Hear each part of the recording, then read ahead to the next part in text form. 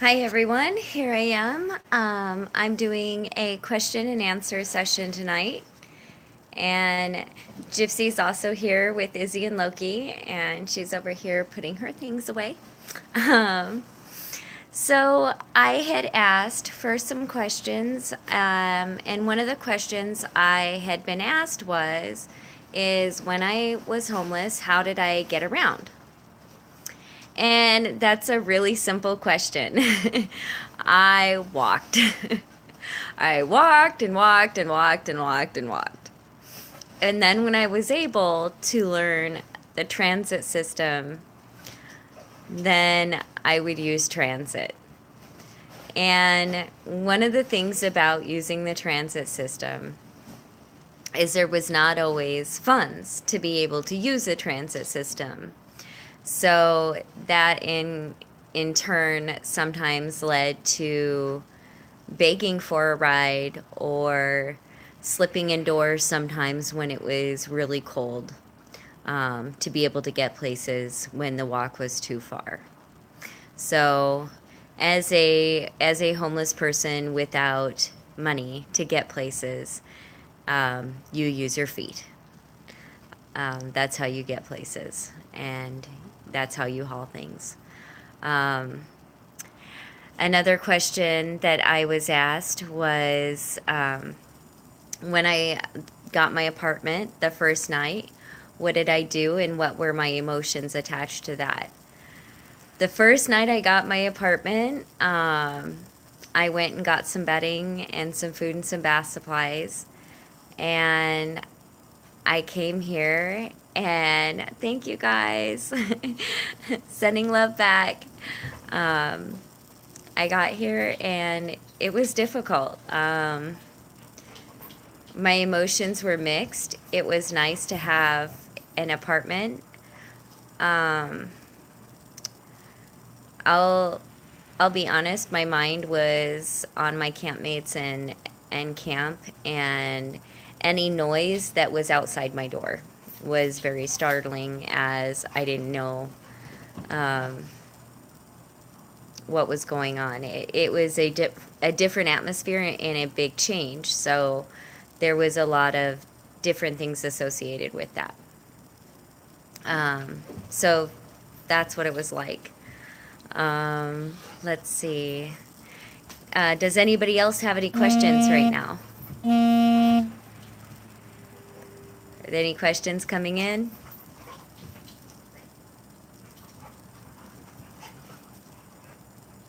Okay, another question that I had received was, how did we eat, and how did we sustain ourselves while homeless? And we went, and it's really difficult, and different people do these things different ways. For some people, they go to feeds. For some people, they go to different, places. For me, I went to food banks and gathered food to be able to cook and be able to have meals. So that's how I ate. That's how my campmates and I survived and ate enough to be able to go about. And that was actually very difficult, because to get around you have to walk. And that also involves carrying loads of food in, and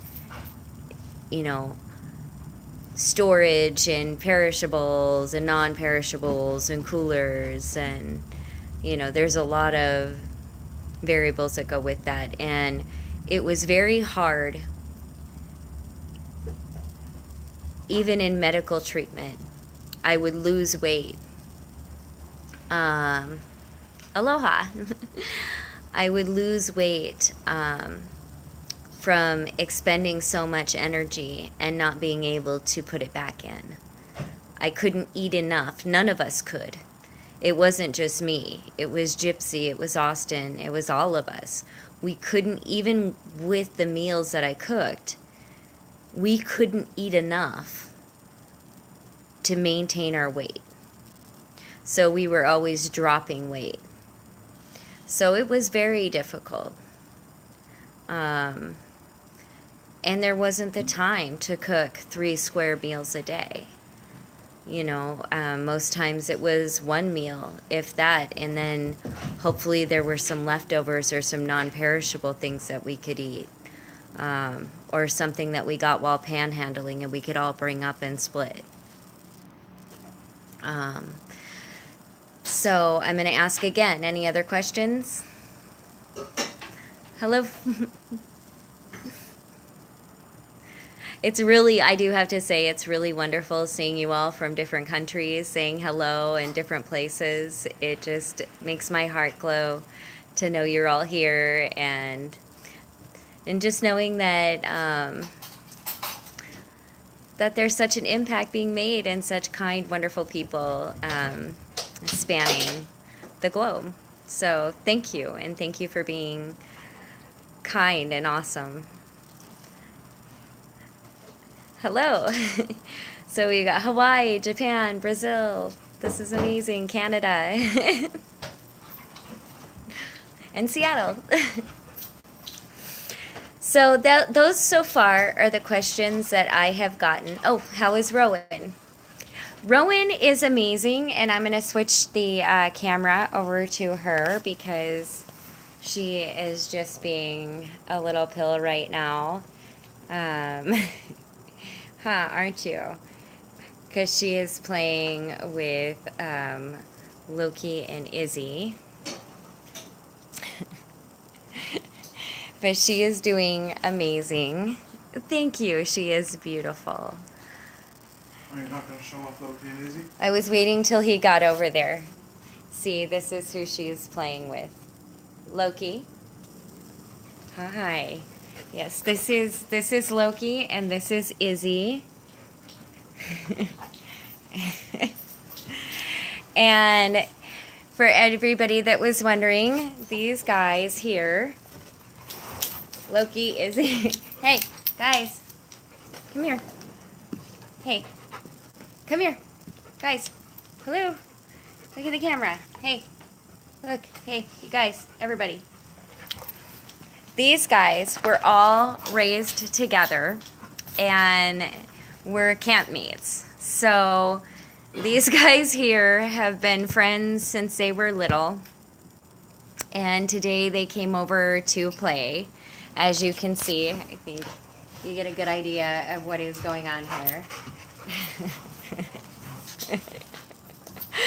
So they have play dates, and Gypsy comes over and helps me out and is a constant in my life that I'm so very, very thankful for. And Gypsy also has gotten housed, and that is wonderful. And hopefully she gets a job here real soon. We've got our fingers crossed for her. You too. So those are the questions for now. And what I would like to say is that if anybody has any other questions for me, or questions about displacement, homelessness, medical care, and how that affects displacement, please just let me know. You can get a hold of me on YouTube, or you can get a hold of me through my YouTube page as well. Or not my YouTube page, I'm so sorry, my Facebook page as well. I hope all of you have a wonderful evening. Oh, thank you so very much. I appreciate that. I try to be positive. The thing is I try to be realistic. I understand that the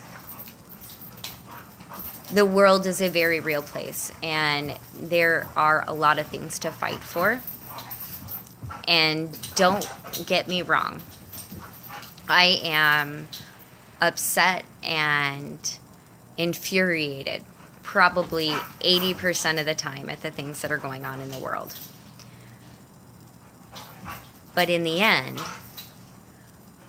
the huge 99.9% factor that we can all smile and be so thrilled about is that we can make a positive difference.